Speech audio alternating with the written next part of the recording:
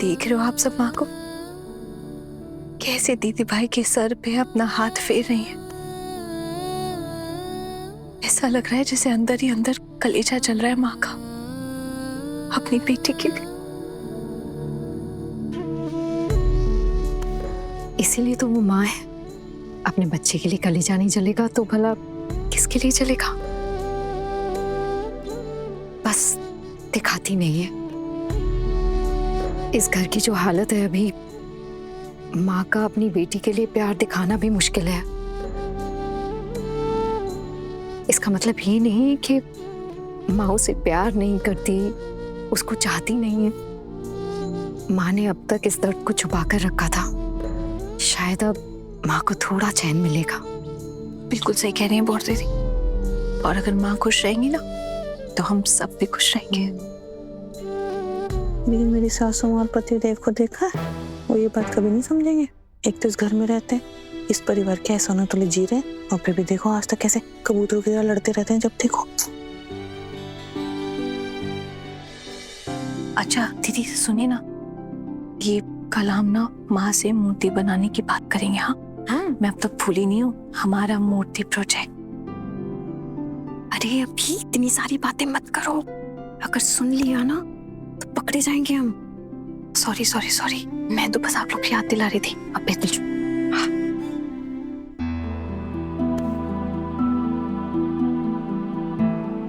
कितना कुछ सहना पड़ा है तुझे, और मैं भी इतनी कठोर हूं कि तेरे दुख में शामिल तक नहीं हो सकती। लेकिन इस रास्ते पर कांटे तो तूने ही बिछाए थे, इसलिए अब सबके सामने मैं प्यार भी नहीं जता सकती। नहीं तो इस घर में तुझे रख नहीं पाऊंगी। सिर्फ मैं जिंदगी भर अपनी बहुओं की कर्जदार रहूंगी। माँ दुर्गा ने बहुओं के रूप में 4-4 बेटियां दी हैं मुझे, जो मेरे दिल का हर दर्द दूर करती हैं, हर मुसीबत का सामना करती हैं।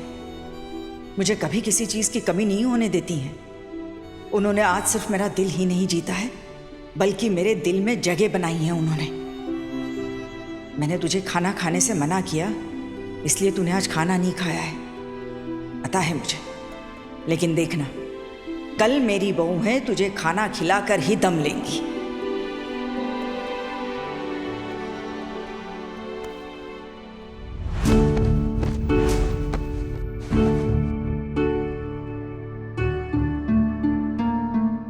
माँ ये मेरा तकिया क्यों लेकर आई है? यहाँ आते ही हक जमाना शुरू कर दिया तूने? नहीं माँ, मैं नहीं जानती थी, सच में नहीं जानती थी। मुझे यहाँ सोने के लिए कहा गया तो मैं यहाँ सोने आ गई। मैं आपका तकिया नहीं लाई हूँ। वैसे भी तुझ पर दया दिखाने वालों की कमी नहीं है इस घर में। उपाड़ उपाड़ कर ख्याल रखेंगे तेरा। पैसे तो लगते नहीं है इस चीज के, तो और ज्यादा करके दिखाएंगे। मेरा तकिया देकर तुम्हारा ख्याल रखा जा रहा है, और अपनी सासू माँ की नींद का कोई ख्याल नहीं। माँ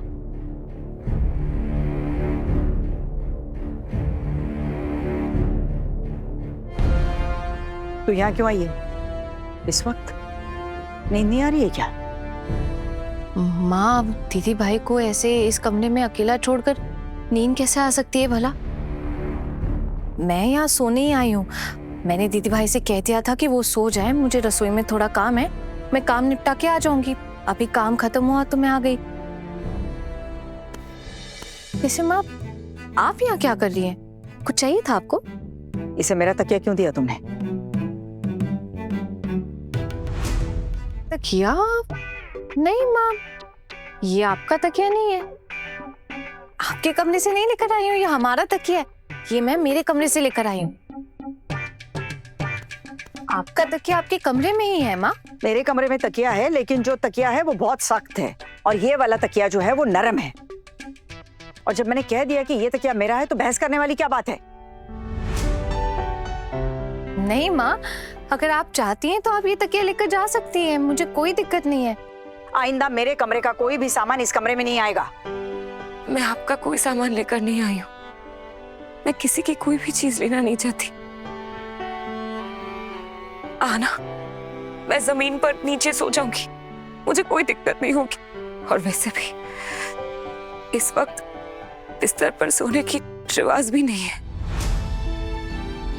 ऐसे हालात में बिस्तर पर सोने का ख्याल आया कहाँ से तुझे? पति गुजर गया फिर भी महारानी की तरह बिस्तर पर पड़ी है। अब तुम्हारी स्थिति महारानी की नहीं, भिखारी जैसी हो गई है। माँ, जिन बातों को कहकर आपका भी दिल दुखता है, आप वैसी बातें क्यों करती है माँ? क्या? कुछ नहीं। हाँ ना, क्यों तुमने मुझे बिस्तर पर सोने के लिए जबरदस्ती की? मैं तो नीचे सोना चाहती थी ना।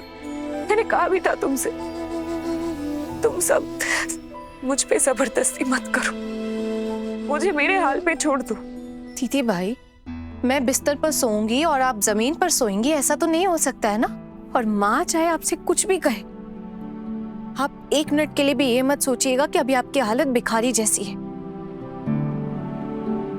आप देखिएगा, एक दिन आपको खुद को पता चल जाएगा कि आप कितनी धनी हैं। हाँ, जानती हूँ कि आपके पति अभी जिंदा नहीं, लेकिन एक बात बताइए दीदी भाई, जब वो थे तब क्या आप खुश थी उनके साथ? क्योंकि मैंने तो सुना कि वो आपको बहुत सताते थे। शुरू शुरू में प्यार था, जिसकी वजह से आप ये घर छोड़कर उनके पास चली गई थी। लेकिन क्या शादी के बाद भी वो प्यार जिंदा था?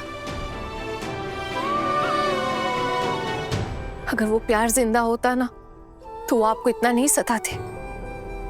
लेकिन उन सबको खोने के बावजूद भी दीदी, मैं एक बात जरूर कहूंगी कि आप अब भी बहुत धनी हैं। आपको भले ये बात का अंदाजा ना हो अभी, लेकिन एक दिन आपको जरूर पता चलेगा। तेरी ये भाषणबाजी बंद करेगी, दुनिया चुप हो जाएगी, लेकिन इसका मुंह नहीं चुप होगा कभी। मुझे पता है माँ, मेरी बातें कड़वी हैं, लेकिन एक बात तो आप भी अच्छे से जानती है ना, कि मैं जो बोलती हूँ वो सच होता है, और मैं अभी भी केवल सच का ही साथ दे रही हूँ। बस बस, बड़ी आई सत्यवादी युधिष्ठिर की सत्यवादी छोटी बहन। और सुन, तू यहाँ मेरे मर्जी के खिलाफ रह रही है। अभी तो मुसीबत में है तो यहाँ रह सकती है, लेकिन याद रख, तुझे ससुराल अपने वापस जाना होगा। तू इस घर की बेटी होने का बर्ताव मत कर। भले किसी दिन तू इस घर की बेटी रही होगी, लेकिन अब नहीं है। तुमने वो दर्जा खो दिया है। अब तुम हम सब के लिए मर चुकी हो। अपने पति के श्राद्ध का कार्य होने के बाद तू अपने ससुराल चली जाना। खूंटा गाड़ के बैठ मत जाना यहाँ पर। और जब तक तू इस घर में रहेगी, इस घर के रीति रिवाजों के हिसाब से ही तुझे चलना पड़ेगा। माँ, मैं यहाँ से कहाँ जाऊंगी? अब तो शायद मेरे ससुराल वाले भी मुझे उस घर में घुसने नहीं देंगे। दीदी भाई, आप चिंता मत कीजिए, आपके पास रहने की जगह की कोई कमी नहीं होगी। कहाँ रहेगी ये? माँ, जब आप इनको अपने घर में रखना ही नहीं चाहती हैं, तो फिर आप ये जानकर क्या करेंगी कि ये कहाँ जाएंगी? खैर, ये छोटू मामा के यहाँ जाएंगी। मेरा मतलब है कि छोटू मामा हमारे मोहल्ले में आके रहने वाले हैं ना, तो दीदी भाई उनके साथ ही जाके उनकी देखभाल करेंगे, उनके साथ रहेंगी भी। अच्छा, तो अब ये किसी अनजान की गृहस्थी संभालेगी, किसी अनजान की देखभाल करेगी, लोगों के घर के आया बनकर जिंदगी बिताएगी। वाह, ये हुई ना हमारे खानदान की बेटी। आपको याद है माँ, आप ही कहती थी ना कि छोटू मामा का जो भी देखभाल करेगा वो बहुत भाग्यवान होगा। और आप भी कहती थी कि आप कोई कम किस्मत वाली नहीं है, कि छोटू मामा जैसे इंसान आपकी जिंदगी में आपके दोस्त है। आप ही कहती है ना माँ कि छोटू मामा एकदम हिमालय पर्वत की तरह है। उनकी संगति में रहकर आप खुद को बहुत भाग्यवान मानती है, तो आपकी बेटी भी भाग्यवान ही हुई ना, उनकी संगति में रह के। दीदी भाई की किस्मत अच्छी है, जो इतने गुणी आदमी का हाथ इनके सर पर रहेगा। मेरे लिए किसी को इतना सोचने की जरूरत नहीं है। अगर माँ चाहती है तो मैं किसी भी तरह अपने ससुराल में लौट जाऊंगी। आप अपने ससुराल तो जब चाहे तब जा सकती है, इसमें डरने की कोई भी जरूरत नहीं है। और अगर जरूरत पड़ी ना, तो हम पुलिस से भी मदद लेंगे। तू मेरे घर की बहू है या गुंडा? माँ आप दोनों ही समझ लीजिए। अच्छा खैर ये सब छोड़िए, माँ आपको याद है हमने एक प्लान किया था? माँ अब हमारे पास समय बिल्कुल भी नहीं बचा है, हम ऐसे हाथ पे हाथ धरे नहीं बैठ सकते हैं। हमें ना माँ कल से मूर्तियां बनाना शुरू करना पड़ेगा। आप मूर्तियां बनाएंगी और हम लोग सप्लाई करेंगे, तभी थोड़े पैसे भी आ पाएंगे माँ।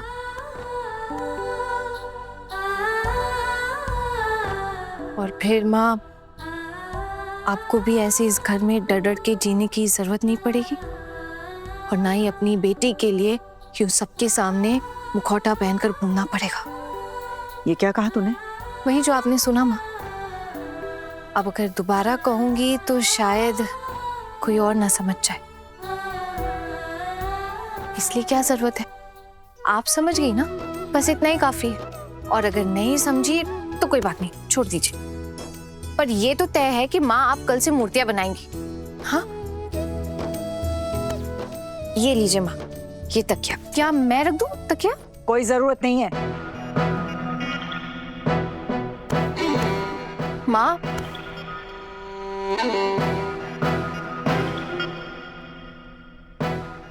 माँ आप ये तकिया लेने आई थी और इसे लिए बिना ही ऐसे जा रही है? कहा ना नहीं चाहिए तकिया। ये क्या माँ, इस तकिए के चलते आप इतनी रात को अपनी बेटी के कमरे में आके इतनी सारी बातें सुनाई, और अब आप कह रही हैं कि आपको तकिया ही नहीं चाहिए? ऐसे कैसे हो सकता है? कोई बात नहीं, मैं ये तकिया ना आपके कमरे में रख देती हूँ। रुकिए दीदी भाई, मैं आती हूँ, आप सो जाइए, मैं ये तकिया रख के माँ के कमरे से फिर आती हूँ।